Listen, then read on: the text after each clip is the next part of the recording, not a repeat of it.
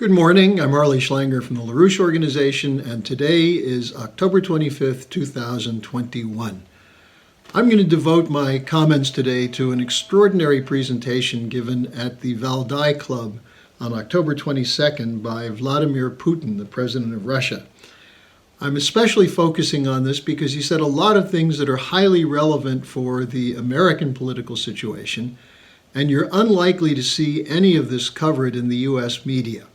In spite of the importance of this, the fact that the second leading power in the world, perhaps with the development of hypersonic weaponry, maybe the leading military power, but not a bellicose attack on the United States, but an actual appeal to the common values. Instead, you see over my shoulder a book by the former New York Times Moscow correspondent, which is just typical of the trash that's the way that Putin is covered in the United States. When he's covered at all, it's lies and slander. Now, in his presentation, he took on the question of the strategic and cultural degeneration of the West. And in it, he issued a very interesting attack on wokeness, which you'll want to catch toward the end of this, but he defended the idea of sovereignty of nations. He defended human life as an absolute value. He attacked woke culture, especially regarding race and gender. And this was done on the eve of the COP26 conference, which I'm calling the Flop 26 conference, because it's likely that with Putin not attending, with Xi Jinping not attending, with the problems of hyperinflation and energy costs and the shortages of energy, the need to go back to fossil fuels because there's not enough wind and solar power to propel an industrial economy, it looks as though this conference will flop, even if they can rouse Queen Elizabeth and get her to attend. So what Putin started with in his speech is that there was a new opportunity to address the overall crises in the world at the time of the fall of the Soviet Union. He said it was a possibility to start a new era for humanity. But he said what we've seen is the new balance in the world system has yet to be found. And he said those who felt like winners after the end of the Cold War and thought they had climbed Mount Olympus soon discovered that the ground was falling away underneath them there. And this time it was their turn. And nobody could stop this fleeting moment, no matter how fair it seemed.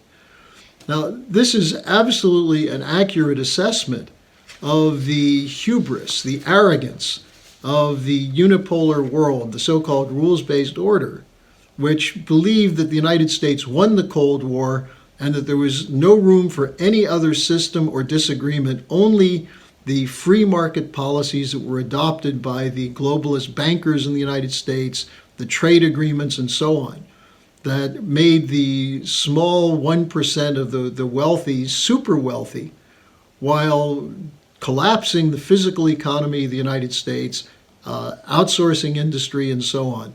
And for the United States to then go into a whole series of wars to impose the rules-based order that the United States claimed was there, what George Herbert Walker Bush famously called the New World Economic Order, that has not brought peace or stability. So Putin goes on to say, our most important task is to ensure humanity a safe existence and resilience. To increase our chance of survival in the face of cataclysms, we absolutely need to rethink how we go about our lives, how we run our households, how cities develop or how they should develop. We need to reconsider economic development priorities of entire states. I repeat, safety is one of our main imperatives. And he says that in the past, when you had the kind of economic crises that we're facing today, they would trigger worldwide shocks, such as wars, world wars, or bloody social cataclysms. And he's saying that there's a general belief that the current system as it exists cannot continue. He's absolutely right about that. This is what we've been reporting for a long time, what Lyndon LaRouche identified at the time of the fall of the Soviet Union, that if the U.S. continued to push this idea of a unipolar order based on free market policies, that the U.S. and the West would be next. And we've seen a series of shocks in the late 90s, in 2000 with the dot-com bubble, in 2008, and again since September 2019. A whole series of economic shocks that show that our so-called superiority of an economic system is not resilient and doesn't work for more than a small section of the population. Now, he goes on to talk about the rebellion we're seeing from populations. And he said the fact that society and young people in many countries have overreacted in a harsh and even aggressive manner to measures to combat the coronavirus showed that the pandemic was just a pretext. The causes for social irritation and frustration run much deeper. Now, for those who say coronavirus is the defining issue of our time, it's certainly a cause of global concern. We've not addressed it very effectively.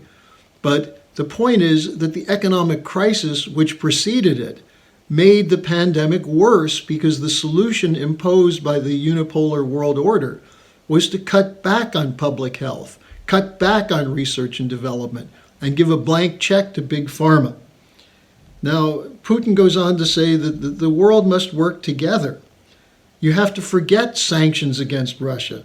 The sanctions against those states that badly need international assistance must be ended. There he's referring to Syria, Afghanistan, Yemen, and others.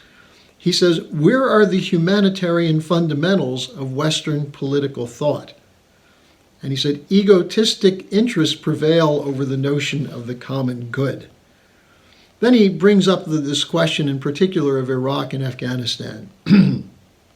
Putin says, the situation is paradoxical. Just an example. For 2 decades, the most powerful nation in the world has been conducting military campaigns in 2 countries that it cannot be compared to by any standard. In other words, the U.S. is much, much more powerful. But in the end, it had to wind down operations without achieving a single goal that it had set for itself going in 20 years ago, and to withdraw from these countries, causing considerable damage to others and itself. Then he takes up this question of how you address these kinds of crises. And he says that the international order should be structured around nation states, despite decades of globalization asserting that the role of the state was outdated. He said only sovereign states can effectively respond to the challenges of the times and the demands of the citizens. And he says any effective international order should take into account the interests and capabilities of the state and proceed on that basis, and not to try to prove they should not exist, i.e. regime change. He says, furthermore, it's impossible to impose anything on anyone, be it the principles underlying the social political structure or values that someone, for their own reasons, has called universal. After all, it is clear that when a real crisis strikes, there's only one universal value left, and that is human life, which each state decides for itself how best to protect based on its abilities, culture, and traditions. And then he goes on to talk about the question of diversity and how diversity has been used in a phony way, referring basically to the identity politics and so on. And he says that the fight for equality and against discrimination has turned into an aggressive dogmatism bordering on absurdity, when the works of great authors of the past, such as Shakespeare, are no longer taught at schools or universities, because their ideas are believed to be backward. He said the classics are declared backward and ignorant of the importance of gender or race. And then he says countering acts of racism is a necessary and noble cause, but the new cancel culture has turned it into reverse discrimination, that is, reverse racism. The obsessive emphasis on race is further dividing people, when the real fighters for civil rights, and here he refers to Martin Luther King, the real fighters for civil rights dream precisely about erasing differences and refusing to divide people by skin color. Then he takes up the question of gender diversity. And he says the discussion of gender rights has turned into a phantasmagoria. Anyone who dares mention that men and women actually exist, which is a biological fact, risks being ostracized.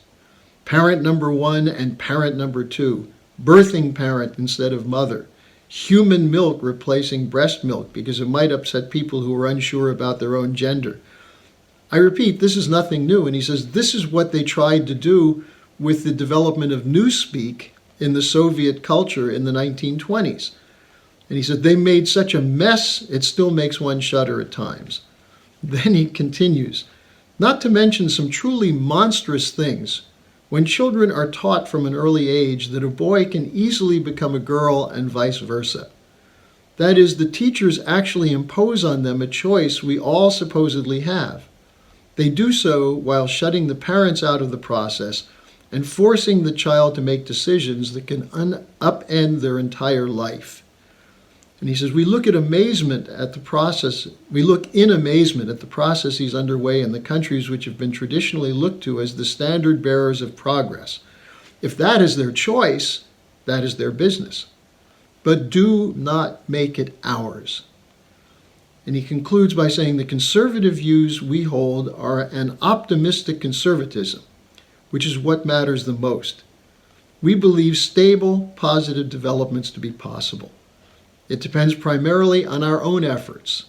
Of course, we are ready to work with our partners on common noble causes. And in this final section, he talks about the foolishness of the aggressive gender equality push, not that it's wrong to have equal rights, but the way it's being carried out, and says that the only things that are fundamental values that must be protected are human life and the family. Now, I'm bringing this up because we're at a crucial turning point in history. The FLOP 26 conference is based on the idea that man is an animal competing for scarce resources, while Putin is expressing an idea which is very much the idea of Lyndon LaRouche, which is that we possess the creative capability to establish new systems based on discoveries of new technologies, based on scientific discovery. And that's what improves the conditions for all human beings. And that is where cooperation and collaboration are necessary, but not under some globalist monstrosity of a central state, but through cooperation of sovereign nation states. I urge you to see if you can find this speech by Putin. I will see if we can get it posted on our website. I'm sure it will be up there soon, because it's something that Americans should read and think about. Why is this kind of discussion not taking place in the United States or in France or in Germany? And instead, why do we insist on allowing the demonization of Putin, who actually is speaking from the standpoint of the values which shaped the advances of Western civilization? So that's my update for today.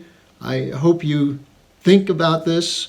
And when you are thinking about it, go to the website of the Schiller Institute and read the wake-up call that was issued by Helga Zepp-LaRouche and Gus Burkhout of the CLINTEL, the Climate Intelligence Institute, on why it is we have to make sure that this FLOP 26 conference indeed becomes a flop. So I'll see you tomorrow.